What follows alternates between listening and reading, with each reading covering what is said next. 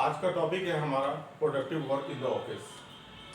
क्योंकि जब हम ऑफिस में जाते हैं तो वहाँ ढेर सारे काम मिलेंगे। कुछ आपको अपने मेल से रिलेटेड काम मिलेंगे, कुछ प्रोडक्शन वाले आ जाएंगे, कुछ सैम्पलिंग वाले आ जाएंगे, आपके सीनियर बोलेंगे और आपके और भी सारे जो कलीग होंगे ये काम भी थोड़ा हेल्प कर दो। तो उसमें आपको सबसे पहले डिसाइड करना है कि आपको डे बाय डे आपको कौन सा काम करने हैं जिससे आपका काम जल्दी से ख़त्म हो।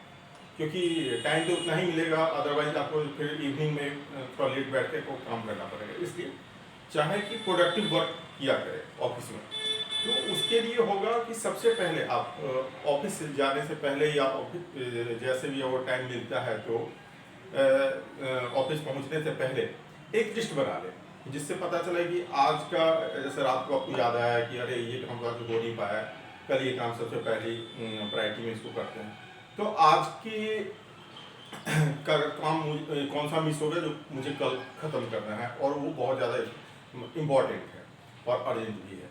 तो उसके लिए हमें सबसे पहले ये देखना होगा कि हो सकता है आप वो याद करके जाएं, ऑफिस में कुछ और अर्जेंट वर्क आ जाए, कुछ और प्रॉब्लम आ जाए जो आप हो सकता है भूल जाए। इसलिए एक नोट बना लें कि कल हमें सुबह जा कर के ये पॉइंट, ये काम है जो हमें ख़त्म करने हैं। लेकिन हो सकता है उसमें से 10 काम आप नोट डाउन करते हैं, 8 काम तो उसके हिसाब से आप टिक मार मार के कर लोगे कि ये काम आज मैंने कर दिया है। हो सकता है 2 काम छूट जाए, वो प्रायोरिटी के हिसाब से लिखा जा सकता है कि अभी आज की प्रायोरिटी एक दिन के बाद भी होगा तो होगा, लेकिन वो लिस्ट अगले दिन के उसमें चले जाना चाहिए कि आज नहीं हुआ तो कल तो ख़त्म करना ही करना है इसको, नहीं तो वो फिर डिले हो जाएगा।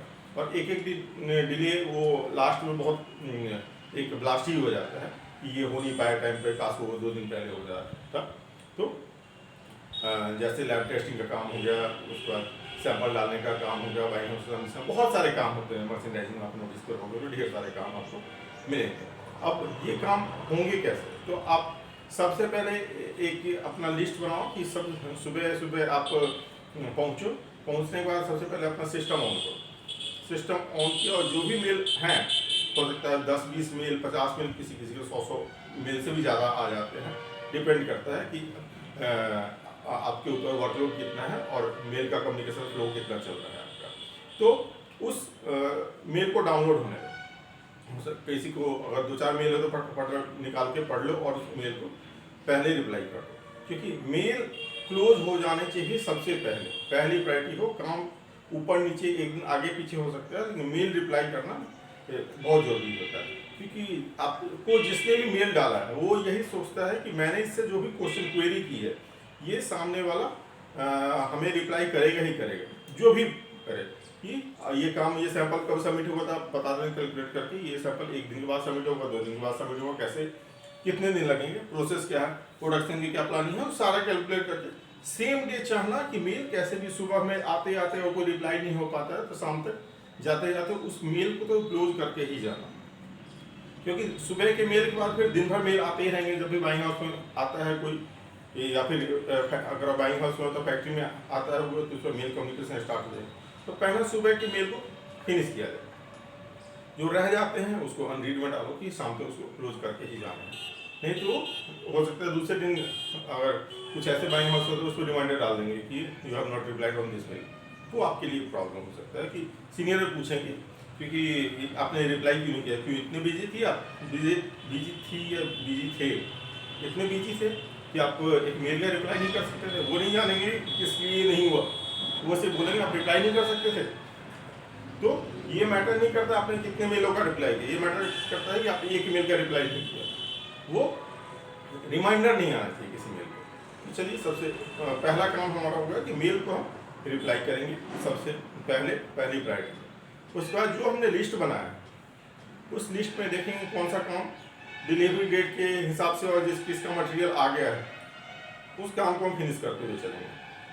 काम फिनिश होता जाएगा, 1 हो गया टिक मार दो, 2 हो गया टिक मार दो, और उसके ये हमारे पूरे दिन का काम होगा कि हम पूरे दिन में फिनिश करेंगे। उससे पहले आप ऐसा कर लो कि अगर मेल डाउनलोड हो रहा है तो एक बार अपने स्टोर का चक्कर मार लो, स्टोर का, और एक बार प्रोडक्शन अगर आसपास ऊपर नीचे ही है प्रोडक्शन में एक बार चक्कर मार लो कि प्रोडक्शन में क्या चल रहा है, हमारे प्रोडक्शन किस स्टेज पे है। स्टोर में चक्कर मार लो कि स्टोर में हमारे क्या मटेरियल या ट्रिम्स या फैब्रिक जो भी है वो सबके सब आगे हैं या नहीं है, अगर नहीं आया तो क्या स्टेटस है, जो डेट इन्होंने दिया होगा उस डेट के हिसाब से चल भी रहा है या आगे पीछे डिले हो रहा है, किस तरह से डिले हो रहा है। आप स्टेटस एक बार जान के लिख सकते हो, क्योंकि दिन में कोई भी आ जाता है पूछने के लिए कि हो सकता है कंपनी का ओनर ही आ जाए या हो सकता है आपके सीनियर पूछ ले कि क्या हुआ, वो आया कि नहीं।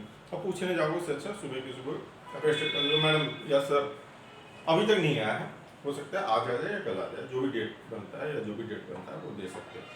तो सुबह एक रूटीन लाइफ में डाल दो कि सुबह के सुबह आपको एक बार पूरे स्टोर का और प्रोडक्शन का एक बार सैम्पलिंग का, कौन कौन से स्टाइल हमारे सैम्पलिंग में चल रहे हैं, कौन से किस स्टेज में है, प्रोडक्शन में पता चल जाएगा कौन सा स्टिचिंग पे है, कौन सा फिनिशिंग में है, कौन सा पैकिंग में। वो जगह होता है प्रोडक्शन किसी और फैक्ट्री में होती है, उस केस में तो आप नहीं जा पाते हो, लेकिन कुछ ऐसी फैक्ट्री होती है जिसमें आप नोटिस करोगे सेम ही बिल्डिंग में प्रोडक्शन की फैक्ट्री होती है, तो प्रोडक्शन भी चलती रहती है, आप उसमें आप जा सकते हो। एक बार नज़र मार लो, जिससे पता चल जाता है कि प्रोडक्शन की क्वालिटी भी कैसे पैक हो रही है, तो आपकी नज़र में रहता है ये पैक रही है वो आपके सैंपल के स्टैंडर्ड से सही जा रहा है, पैकिंग हो रही है या कुछ प्रॉब्लम है, या जो भी बाहर का कम्युनिकेशन या जो भी इंस्ट्रक्शन वो सारे फॉलो हो रहे हैं कि नहीं हो रहे हैं। ये बहुत बड़ा रूल मर्चेंडाइजर का माना जाता है, क्योंकि इसमें कहीं भी कुछ प्रॉब्लम आ तो सबसे पहले मर्चेंडाइजर को बुलाया जाएगा।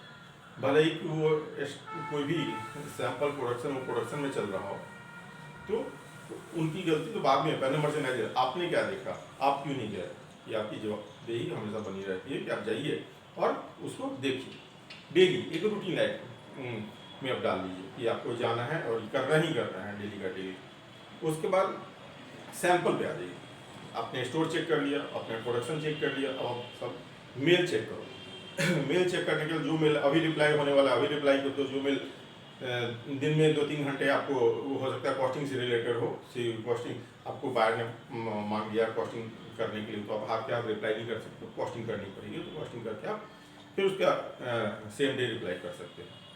अगर किसी कारण से रिप्लाई छूट जाता है या मतलब छूट नहीं जाता है, आपको पता है कि रिप्लाई आज नहीं हो सकता है, उस केस में हो सकता है एमडी या आपके सीनियर या जो भी हो जिनके कारण वो मेल डिले हो रहा है, तो आप लिख दो कि आज वो अवेलेबल नहीं है, so once she will be back in the office then we will reply on this mail.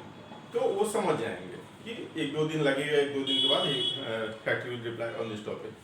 किसी भी कारण से हो सकता है कॉस्टिंग में फंसा हुआ हो, या फिर अदर कॉस्टिंग तो जनरली कुछ ऐसे होते हैं जो छोटी कंपनी में कंपनी के मालिक ही फाइनल करते हैं, लेकिन बड़ी बड़ी कंपनी में मतलब जो आपके सीनियर होंगे वही फाइनल कर देंगे, तो उस केस में भी ज़्यादा दिक्कत नहीं होती, वही फाइनल करके दे देते हैं। और किसी भी कारण से कोई डिले हो रहा है तो by the end of the day आप उस पर मेल पे रिप्लाई कर दो कि ये इस कारण से आज मैं रिप्लाई नहीं कर पाया, give me 1 more day or 2 more days to reply on the same mail. तो वो समझ जाएंगे, चलो कम से कम रिवर्ट तो किया। अदरवाइज उनका ये होता है कि मेरे मेल का इम्पोर्टेंस नहीं समझा और factory has not reply on this mail, तो ये थोड़ा सा नेगेटिव होता है, क्योंकि सेकेंड आप आओगे तो हो सकता है उसको रिमाइंडर डाल दिया हो कि you have not replied, you have not attended my mail. Reply तो बाद की बात आती, पहले वो लिख दें you have not attended my mail, तो कम से कम कंफर्म रिसीव ये भी डाल दो और विल रिप्लाई ऐसे करके कुछ डाल दो कि उनको मिल जाए, ठीक है हमने कर दिया। अब आगे बढ़ते हम सैंपल की ओर। अब देखिए कि सबसे कौन कौन सा सैंपल आपका जाने वाला है, कौन सा सैंपल का फैब्रिक आ चुका है, कौन से सैंपल किस स्टेज पे है। तो उन अगर सैंपल सैम्पलिंग के स्टेज पे है, इस सैंपल का फैब्रिक आ गया है तो फैब्रिक उठा के फटाफट उनको डलवाइए सैम्पलिंग में और उनको प्रोसीड करो। सैम्पलिंग हो चुका है तो उसके बाद हो चुका है फिनिशिंग पैकिंग वगैरह चल रहा हो, वॉशिंग वगैरह सैंपल की वो करवा के टेस्टिंग को सारा काम खत्म हो जाए। कुछ सैंपल आपके टेस्टिंग में जा रहे हैं तो उनको फॉलो कीजिए, टेस्टिंग में जा पा रहा है कि नहीं जा पा रहा है, कि नहीं जा पा रहा है कि नहीं जा पा रहा है। लैब वाले से फॉलो कीजिए कि हाँ जी आपको सैंपल मिले प्रोसेस करने के लिए, क्योंकि बड़े बड़े फैक्ट्री में सैंपल पीटी जीपीटी प्रोसेस होने के बाद ही जाते हैं, ठीक है। फैब्रिक होता है फैब्रिक जाता है और गारमेंट होता है गारमेंट जाता है, तो प्रोसेस होने के बाद ही जाते हैं। उसके बाद हो गया कि आपके अगर तो कोई सैम्पलिंग से हो गया, अगर बायर को सैंपल जाना है, कुरियर जाना है, तो उस हिसाब से सारा आप प्लान कर लीजिए कि क्या हो सकता है बाइंग हाउस के बीच में हो सकता है दिखाना पड़ेगा, बाइंग हाउस के थ्रू कुरियर जाएगा, या हो सकता है बाइंग हाउस देख ले उसके बाद कुरियर जाएगा। हर फैक्ट्री का अलग अलग नियम होते हैं, हर बाइंग हाउस के अलग अलग नियम होते हैं, वैसे आपको फॉलो कीजिए। और देखिए ये सैंपल भी सही टाइम से ये आपको डेली अपने रूटीन में डालना है कि आपको डेली करना है। जो कॉस्टिंग है तो कॉस्टिंग तो आपको करना ही पड़ेगा, टाइम निकाल के करना पड़ेगा। जिसको जिस टीम से हेल्प लेना पड़ेगा उस टीम से हेल्प लीजिए, मतलब प्रोडक्शन टीम से हेल्प लीजिए कॉस्टिंग के लिए, या फिर ट्रिम्स वाले से हेल्प लीजिए, या फिर जहाँ सप्लायर से हेल्प लीजिए, जहाँ से भी आपको ज़रूरत हो उनसे हेल्प लेकर के आप कॉस्टिंग पूरा करके बायर को दीजिए। क्योंकि बायर है तो बायर को दीजिए, बाइंग हाउस बीच में या लाइजन हाउस के बीच में उनको आप दीजिए, जिससे वो अपना मेल आगे फॉरवर्ड कर सकें। क्योंकि आप जैसे बहुत सारे फैक्ट्री हैं जो कि कॉस्टिंग देते हैं, तो बाइंग हाउस वाले यही पुश करते रहेंगे कि दे ऑलरेडी भी रिप्लाइड एक्सेप्ट यू, तो फिर आपके लिए हो जाता है कि हमने ही क्यों नहीं डाला। तो और ज़्यादा लेट करोगे तो आपको छाँट ही देंगे, कॉस्टिंग ही नहीं डालेंगे। तो इसीलिए कॉस्टिंग जाना बहुत ज़रूरी होता है, उसी के बेस पे हमारे ऑर्डर कंफर्म होते हैं। तो ये आज का ये टॉपिक था हमारा बेसिक, ये सारे प्रोडक्टिव वर्क है कि प्रोडक्टिव वर्क हम कैसे करते हैं। क्योंकि हर समय मर्चेंट के पास कुछ ना कुछ ऐसे कोई अनएक्सपेक्टेड प्रॉब्लम आ जाया करते हैं, जो उसी में उलझ के पूरा दिन बीत जाता है।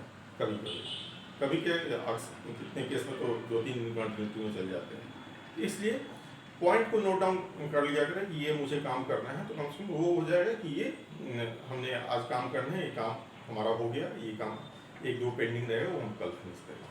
तो आज के टॉपिक हमारा क्लियर है। अब नेक्स्ट टॉपिक हम अगले वीडियो में कवर करेंगे। Thank you.